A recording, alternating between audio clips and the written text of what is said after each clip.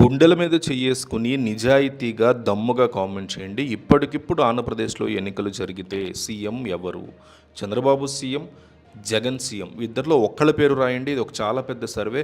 Comment section open చేయగానే ఎవ్వరు చూసినా సరే, చంద్రబాబు చూసినా, జగన్ చూసినా వీళ్ళిద్దరూ కూడా ఈ కామెంట్ సెక్షన్ చూస్తారు. ఎవరు చూసినా సరే, ఎవరు సీఎం అని ప్రజలు అనుకుంటున్నారో వాళ్ళకి అర్థం కావాలి.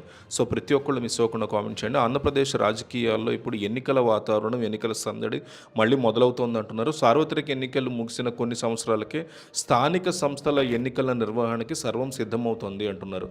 గ్రామీణ, పట్టణ ప్రాంతాల్లో కొత్త నాయకత్వాన్ని ఎన్నుకునేందుకు వీలుగా ప్రభుత్వం, ఎన్నికల కమిషన్ ఇప్పటికే ప్రాథమిక కసరత్తును మొదలైనట్టుగా చెప్తున్నారు. రాష్ట్రంలో స్థానిక స్వపరిపాలనని బలోపేతం చేసే దిశగా అడుగులు పడుతున్నాయి అని చెప్పుకోవాలి.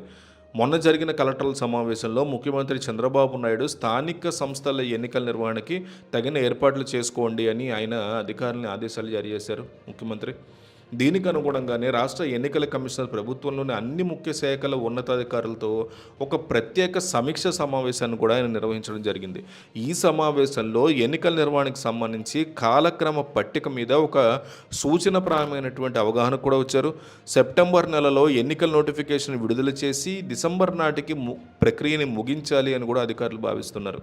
సర్పంచ్ ఎన్నికల నుంచి మొదలుపెట్టి ఎంపీటీసీ, జెడ్పీటీసీ, మున్సిపల్, కార్పొరేషన్ ఎన్నికల వరకు కూడా అన్నింటినీ ఒకే వరుసలో పూర్తి చేయాలి అనేటువంటి ప్రణాళిక కూడా సిద్ధమైపోయింది. వచ్చే కొత్త సంవత్సరం జనవరి నాటికి స్థానిక సంస్థల్లో కొత్త పాలక వర్గాలు కొలువు తీరాలి అనేటువంటి బలమైన సంకల్పంతో యంత్రాంగం మొత్తం కూడా పనిచేస్తుంది. దీనివల్ల గ్రామాల్లో, పట్టణాల్లో అభివృద్ధి పనులు వేగవంతం అవ్వాలని కూడా వాళ్ళు భావిస్తున్న పరిస్థితుంది. ఈ ప్రక్రియ మొత్తం సజావుగా సాగడానికి వీలుగా వివిధ శాఖల మధ్య సమన్వయాన్ని కూడా పెంచేందుకు చర్యలు ఇప్పటికే తీసుకుంటున్నారు. స్థానిక సంస్థల ఎన్నికల యొక్క ముఖ చిత్రం చూస్తే ఎన్నికల ప్రక్రియ ముందు పూర్తి చేయాల్సిన కీలకమైన ప్రక్రియలో బీసీ రిజర్వేషన్ల ఖరారు అంశం కూడా ఉంది. ఈ రిజర్వేషన్ సంబంధించినటువంటి కూడా ఒక సమగ్ర నివేదిక రాబోతుంది అంటున్నారు. ఆ నివేదిక అందిన తర్వాత ఏ స్థానాలు ఏ వర్గాలకు కేటాయించాలనే దాని మీద ఒక క్లియర్ కట్ స్పష్టత రావచ్చు. ఆ వెంటనే ఓటర్ల జాబితా ప్రచురణ, పోలింగ్ కేంద్రాల ఏర్పాటు ఇలాంటి కీలకమైనటువంటి పనులను కూడా పూర్తి చేయబోతున్నారు.